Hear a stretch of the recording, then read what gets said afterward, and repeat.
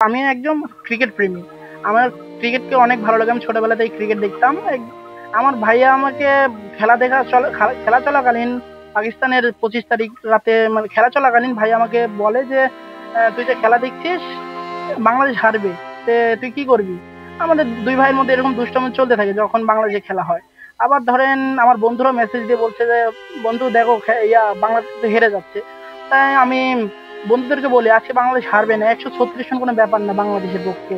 বাংলাদেশ এজন্য যখন হারছে তখন মানে খেলা চলাকালীন সময় আমি বন্ধু বান্ধবের সাথে বাজি ধরি যে যদি হারে তাহলে আমি ন্যাড়া করবো।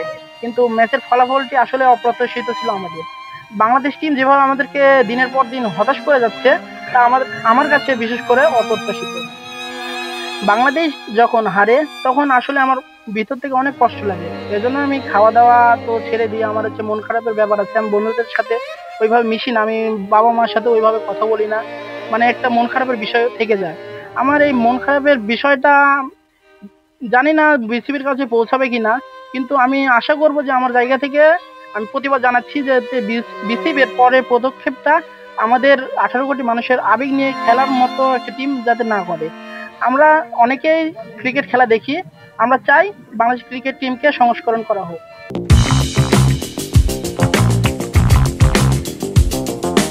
ছোটবেলা থেকেই খেলাধুলা দেখতো, পছন্দ করতো।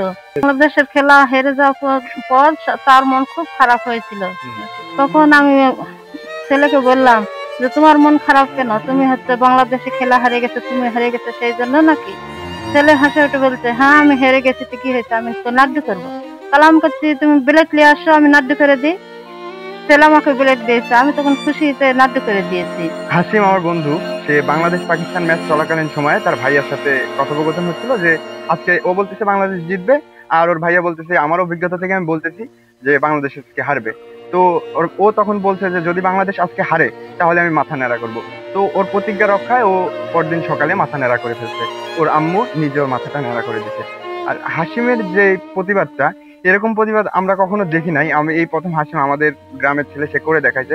কিন্তু এটা থেকে বিসিবির দেখা উচিত, বোঝা উচিত যে বাংলাদেশের মানুষ ক্রিকেটকে কতটা ভালোবাসে, আমরা কতটা ক্রিকেটকে ভালোবাসি।